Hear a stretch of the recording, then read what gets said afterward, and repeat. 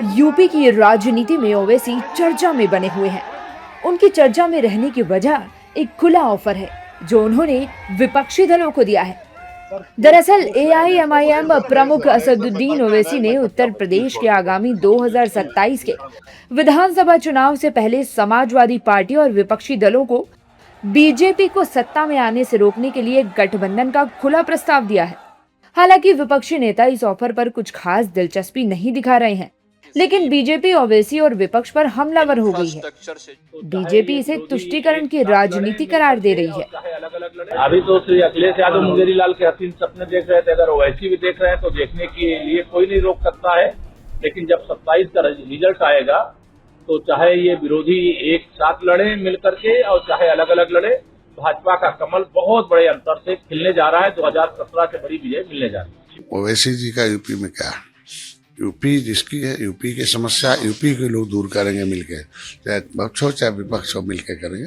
हमको लगता है कि हर प्रदेश की अपनी अपनी समस्या और हर प्रदेश में अपनी लीडरशिप है।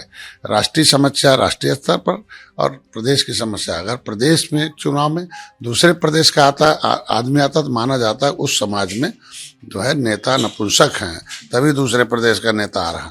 नहीं तो अपने प्रदेश के नेता पर विश्वास करें और लड़ाई लड़ें मिलकर, और दूसरे प्रदेश के नेताओं को एंट्री कम दें। हमको लगता है कि सभी वर्गों की तरफ अपील है। देखिए, पूरा विपक्ष एकजुट होकर के चुनाव लड़ ले। 2019 के लोकसभा चुनाव में सपा, बसपा और कांग्रेस का एक बड़ा गठबंधन बन चुका है। उसके बावजूद भाजपा ने इनको चुनाव हराया था। हम गठबंधन के किसी भी तरह के समीकरण से हम डरने वाले नहीं हैं। भारतीय जनता पार्टी अपने तीसरे कार्यकाल को लेकर के पूरी तरह आशान्वित है। हमने जिस तरह से 10 वर्षों में काम किया है, प्रधानमंत्री मोदी जी के नेतृत्व में जिस तरह से उत्तर प्रदेश का चतुर्दिक विकास हुआ है, सामूहिक विकास हुआ है, सर्वांगीण विकास हुआ है, हम पूरी तरह से आश्वस्त हैं कि 2027 में 2017 का परिणाम दोहराने जा रहे हैं। जबकि विपक्षी नेता कह रहे हैं कि ओवैसी को पहले नीतियों पर एक होना होगा। ये एमआईएम और उनके चीफ का बयान है, लेकिन सवाल ये है कि India block, Samajwadi party, Congress की जो नीतियां हैं उन पे आपको एक होना होगा। आप उन नीतियों से हट के गठबंधन की बात करते हैं तो ये गलत बात होगी। हम लोग सेकुलरिज्म और संविधानवाद, सामाजिक न्याय की लड़ाई लड़ रहे हैं। इस लड़ाई को आप सेकुलर होके लड़ सकते हैं, मुस्लिम प्रस्त होके या हिंदू प्रस्त होके इस लड़ाई को नहीं लड़ सकते हैं। तो समाजवाद का अगर साथ देते हैं तो स्वागत होगा, लेकिन अगर वो चाहते हैं कि धार्मिक राजनीति का पुट इंडिया ब्लॉक भी करे तो ये संभव नहीं है। मुस्लिम परस्त होकर ओवैसी आएंगे तो स्वागत नहीं होगा।